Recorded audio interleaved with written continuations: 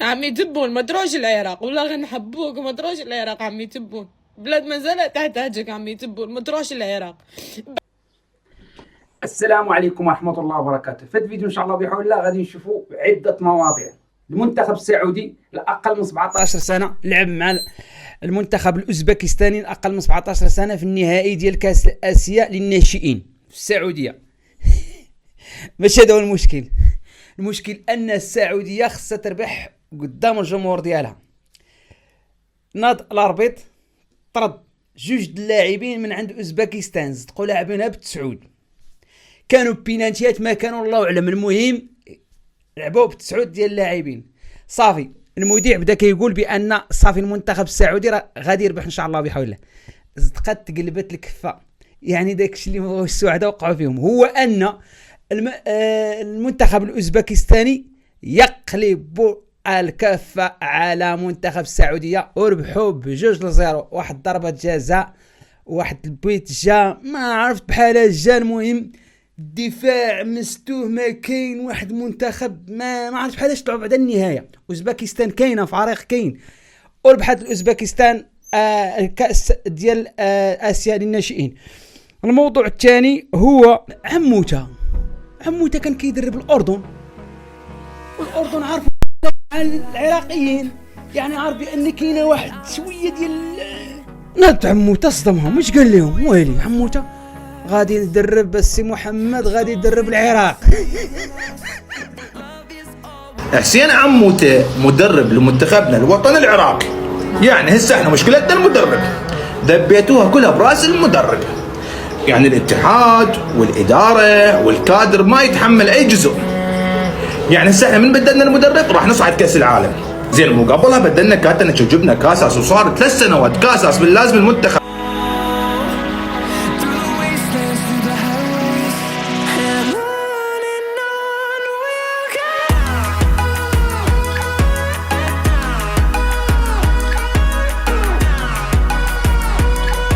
بعيدا عن كرة القدم العالمية، رسميا المدرب السابق للمنتخب الأردني حسين عموته يتولى تدريب منتخب العراق. مفاجأة صادمة لكل الجمهورين العراقي والأردني. الحسين عموته الجمهور الأردني يعتبر الأب الروحي للمنتخب الحالي، وهو رجل البداية والحكاية منذ الشعب العراقي جهزوا حالكم آخر الليل، ما حدا فيكم ينام نهائيا. الخبر اللي بيستناه كل الشعب العراقي حاليا، الحسين عموته توصل لاتفاق مع المنتخب العراقي، راح يكون مدرب المنتخب العراقي لغاية كأس آسيا 2027. عموته مدرب المنتخب الأردني السابق اللي عمل الريمونتادا على المنتخب العراقي في كأس آسيا 2024. عموته هو اللي راح يكون المنقذ للمنتخب العراقي. بدهم إياه يكون مدرب براتب 2 مليون دولار سنويا. خبر بجنن لكل الشعب العراقي والله. عاجل في خبر غريب وعجيب، الحسين عموته بعد أن توج قبل قليل مع الجزيرة بكأس مصرف أبوظبي أمام الأهلي يوقع لمنتخب العراق، وسيقود العراق في موقعة كوريا والأردن أمام وصيف آسيا. يا للجنون، إذا كنت عراقيا فاعمل الإضافة وأعطني رأيك، وإذا كنت أردنيا كيف شعورك وأنت تناظر الحسين بن عموته؟ السلام عليكم. حسين عموته مدرب للمنتخب العراقي رسميا، وحسين عموته كان مدرب للمنتخب الأردني ويعرف طريقة المنتخب الأردني ويعرف لعبهم ويعرف تكتيكهم كله. نشوف يقدم ويا الأردن. ليش عموته ايش داري لك هاد الاردنيين صرفوا فيك الخير. لا السي محمد انا بغيت ندرب العراق، شغلكم نتوما. ما بقاش بغى يدرب الامارات الفرقه ديال الامارات، بغى يمشي للشباب ديال الامارات قال لهم صافي السلام عليكم واقيلا غادي نمشي للعراق بزاف. المهم انايا من الناحيه ديالي انا شخصيا كنهضر على راسي ما جاتش ود السي عموته. الموضوع الثالث هو واحد الهاشتاغ دايرينو الجزائريين ديال عمي تبون ما تمشيش للعراق. الحكام تاع العرب ما يتآمنوش سيد الرئيس، لهذا أرجو منك وألح عليك أنك تبقى في الجزائر، وخصيصا في هذه الأوقات الحرجة، الأمور ما راهيش تعجب، وهذا أمر دبر بليل. السيد الرئيس عمي تبون، الشعب الجزائري بغاك، الشباب الجزائري يحبك، الشعب الجزائري راه يشوف وعطيته بصيص أمل. الشعب الجزائري قارع الرئيس من الجزائر يجيب هذا المعايير، رجل يحب الخير للجزائر والشعب الجزائري. لهذا نرجو منك ونلح عليك أنك تقعد في الجزائر. ابعث، كان عندنا الدبلوماسيين، عندنا الناس المحنكين في السياسة، ابعثهم. كامل خوتي هاشتاغ عمي تبون لا تذهب للعراق. من البارح والحكايه هذه تدور في راسي، سورتو كي خرجت هذيك السحاره هذيك تاع عبد اللطيف ولا واسمع، احنا ما نامنوهمش بصح. هي راهي عرفنا الحكايه بلي راهي تطرف مخططات يهوديه، مخططات امريكيه رايحين يديروها. تما ماذا بينا ننشروا هذا الهاشتاغ على اوسع نطاق، استعملوا هذا الصوت اللي راهو هنايا ولا راهو هنايا، وهي اغنيه مخدومه بالذكاء الاصطناعي عمي تبون لا تذهب للعراق. كامل استعملوها فيديوهات ولا ديروا كولاج ولا ديروا فيديو على هذا الفيديو. المهم لازم ديروا فيديو اليوم بهذا الهاشتاغ وبهذه الاغنيه هنايا وتفاعلوا، ما تخلوش هذه الفيديوهات يحبسوا عندكم، ديروا لهم اعاده النشر وسجلوهم عندكم، بارطاجوهم مع اصحابكم على اوسع نطاق. السلام عليكم. السلام عليكم. عمي تبون ما طلعوا لا العراق لا والو، هي هنا في الجزائر. يا اخي صرا خينا في العراق من قبل وراحوا لنا الرئيس الراحل هو ونودين، راح لنا بكري مسكين الله يرحمه. يا خويا ما تروحش ريح لبلادك هنايا باز مكرم، ابعث كاش واحد يروح في بلاصتك.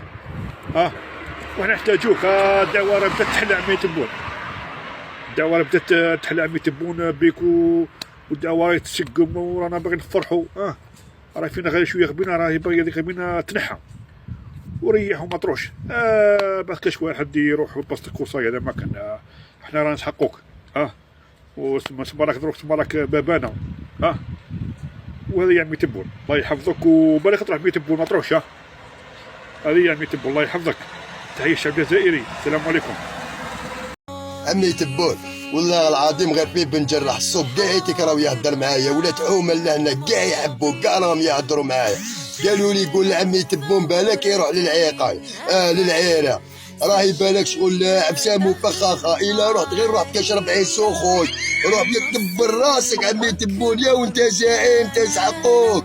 بالك تسمع فينا يعودوش، بالك عمي تبون من الاخر الا رحت باينه السخوي والابطال باينه ورانا معاك عنايا، الا مت نموتو كاع معاك. هاك معايا نعاودو. عمي تبون ما تروحش العراق، ولا غير نحبوك ما تروحش العراق عمي تبون، بلاد ما زالت تحتاجك عمي تبون، ما تروحش العراق. بعد اي واحد ما تروحش انت، المهم ما تروحش انت عمي تبون، تعيش ما تروحش العراق، تعيش والله غنحبوك.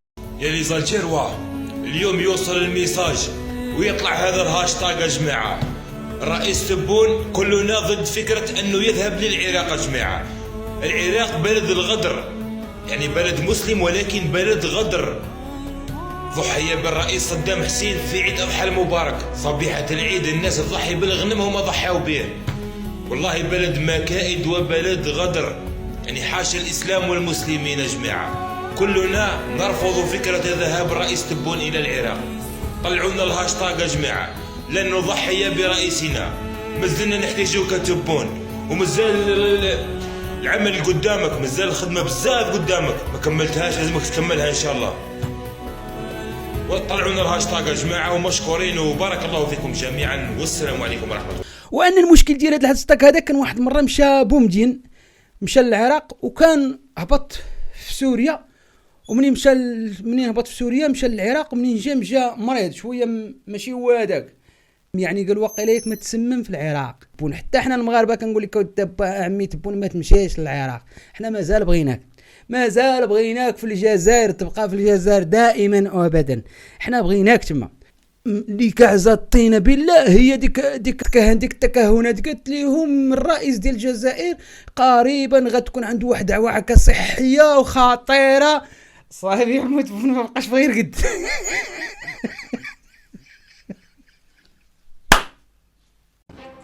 الرئيس الجزائري يتعرض لعارض صحي طارئ وأراه في حالة حرجة وأتمنى له السلامة. انتشار كبير ومهول لهاشتاج تبون لا تذهب للعراق.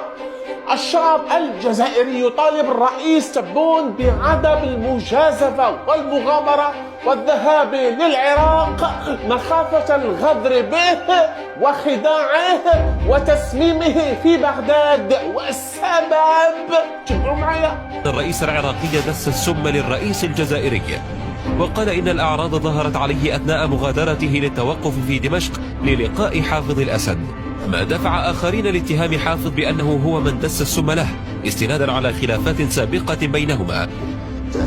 أعراض المرض ظهرت على الرئيس بومدين في دمشق بعد مغادرة بغداد مباشرة.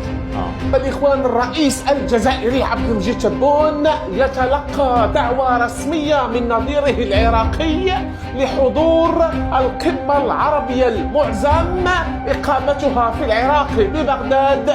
الشعب الجزائري يخاف من مكيدة أو مسيدة تنصب للرئيس الجزائري عبد المجيد تبون كما وقع للرئيس السابق الجزائري الهواري بومدين رحمه الله. الشعب الجزائري يطالب بإرسال شخص آخر أو وزير الخارجية الجزائري أحمد عطاف. إلى هنا نكون جينا على نهاية ديال هذا الفيديو، والسلام عليكم ورحمة الله وبركاته.